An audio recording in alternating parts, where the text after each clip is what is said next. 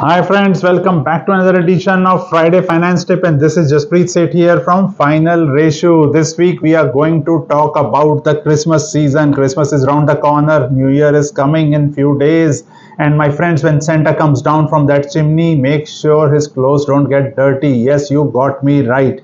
Make sure when you carry your financials to the new year, make sure those balance sheet, those profit and loss accounts are clean, they are not dirty.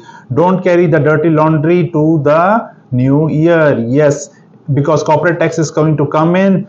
The authorities have already made it very clear that if you have old outstandings, you will not be able to get tax relief by writing them off in the new year. Yes. So if you have those old outstandings which are not recoverable, if you have got those old assets which are not visible, which are not there, they have left their value, please clean them up in the next few days and make sure that you carry a clean balance sheet into the new year, into the tax years.